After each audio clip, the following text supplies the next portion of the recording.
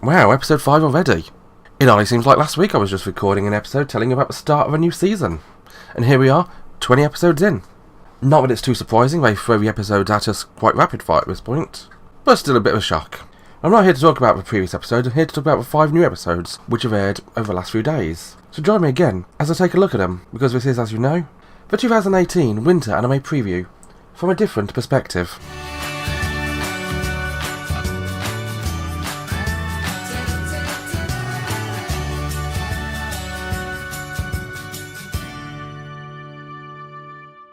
Series with a very low number of characters can be quite hit or miss, but generally in the past, I've liked more of them than I've disliked. Takagi-san is a show that presents itself as being a light-hearted comedy, featuring 2 prominent characters. There are other characters, but so far they only really appear in the background or in small clips at the end of the episode, so they're not really worth talking about at this point. The main series, however, is focused on our 2 leads. First, we have the main boy, Nishitaka, and he's quite the troll. He's always thinking about ways of messing with a girl who sits next to him, making things like jack-in-the-box pranks or other things to get her in trouble. He's quite a little devil child. Or he would be, if she wasn't even more of a troll than he could ever be. She looks so innocent too. An angelic smile and a glance at the exactly right moment is all it takes to make Nishitaka get all flustered. Takagi is a girl's name, and she just loves messing with Nishitaka. She uses the same kind of tricks as he does, but is always one step ahead of him.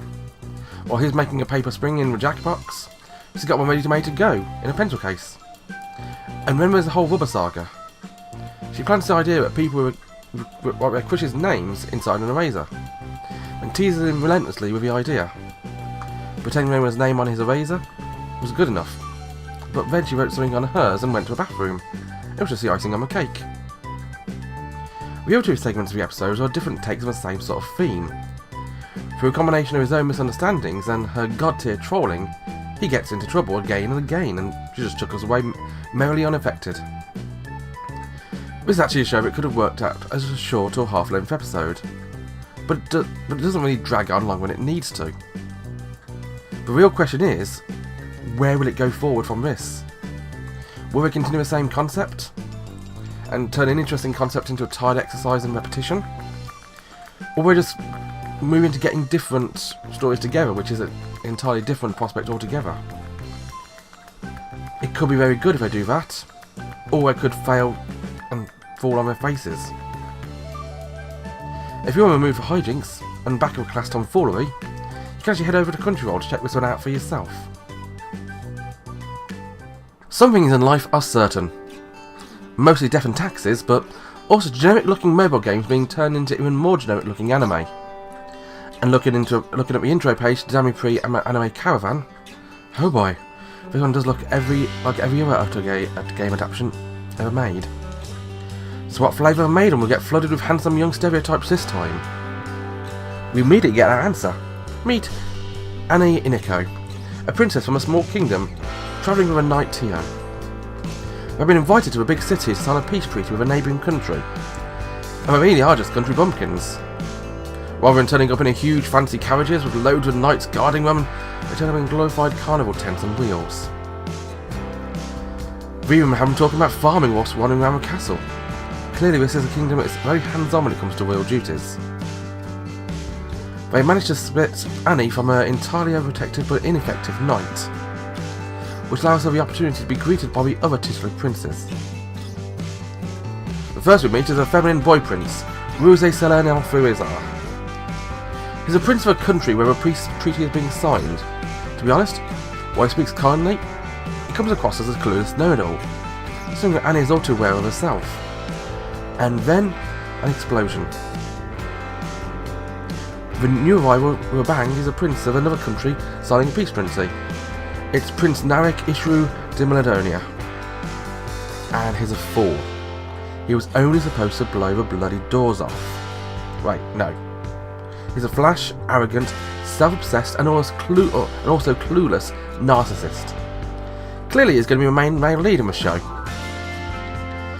He even has his own group of knights to handle throwing confetti and holding reflecting boards to make sure he's in the right light. Thought the knights weren't supposed to go in the signing process. Of course, Annie also agrees that he's a fool and rejects him completely. And here is the only real saving grace of his show. The premise is terrible, the cliches are old and tired, however Annie herself is interesting, and she has a personality and she's not falling at the feet of every man who crosses her path. Not yet anyway. But it wouldn't be an utter gay adaptation if that didn't change now, would it? If you do want to watch Dami Pre yourself, it's over on High Dive. Anime licensing can be the most infuriating thing. As a fan living in the UK, I'm a victim of North America's only streaming rights for the longest time ever.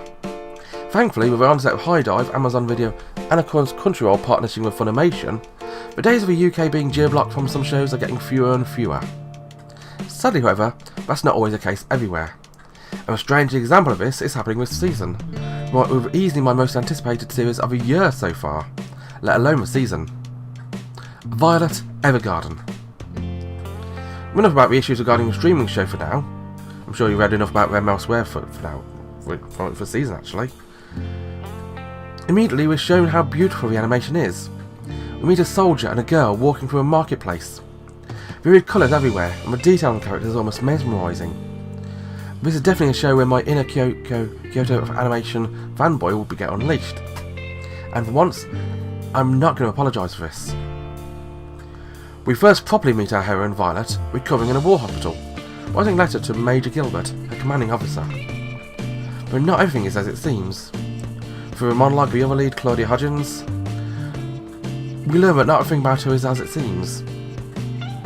Violet is desperate to find Major Gilbert, but she comes across as almost emotionless about everything except him. It's in stark contrast to her small body and deep blue eyes that feel like they're staring into your very soul. She agrees to go with Hodgins and is introduced to some of Major's family, and is welcomed into the Evergarden household.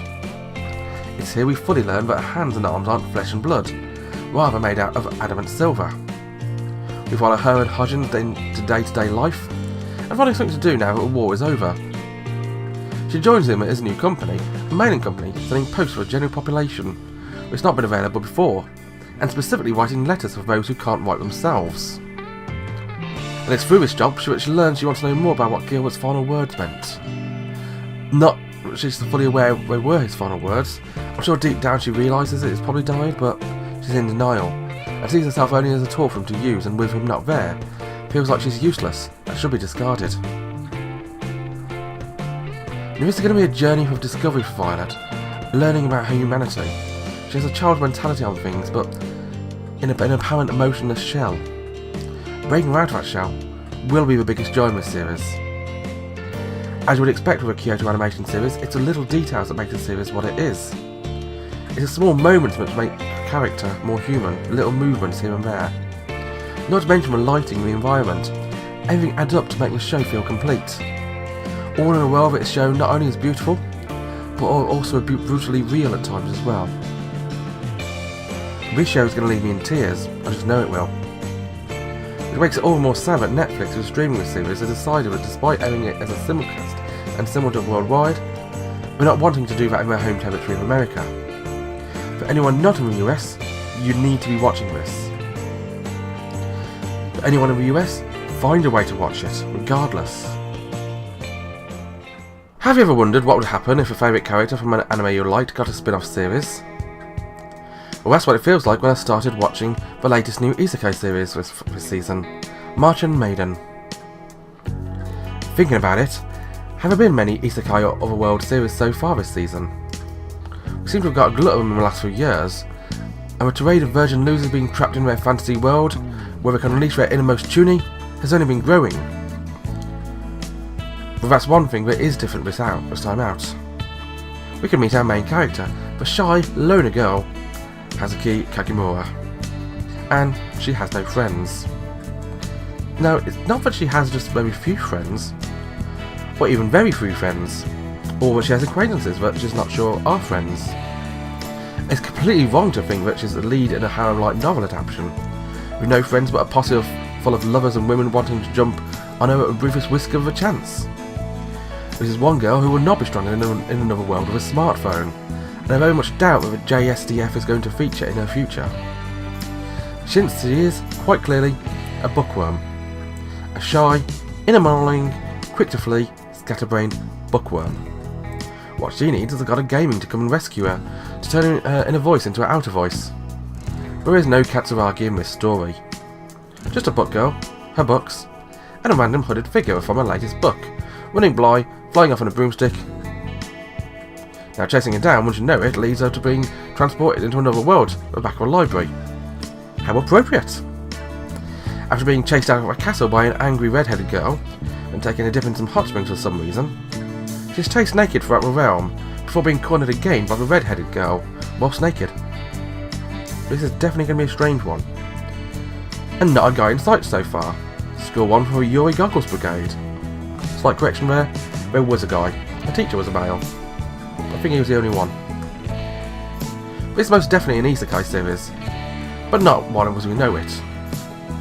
I do look forward to finding out how this one's going to develop. You can find out for yourselves at Crunchyroll. Well, unlike last time, that was really a mixed bag of series. We had a couple of good ones, an okay one, and Damipre. Now I do score his anime on a traffic light system, and I was very tempted to add a 4th level gold. Seriously, I know I said this while I was reviewing it, but watch Violet Evergarden. Watch it via other means, and watch my next episode as well. Bye bye.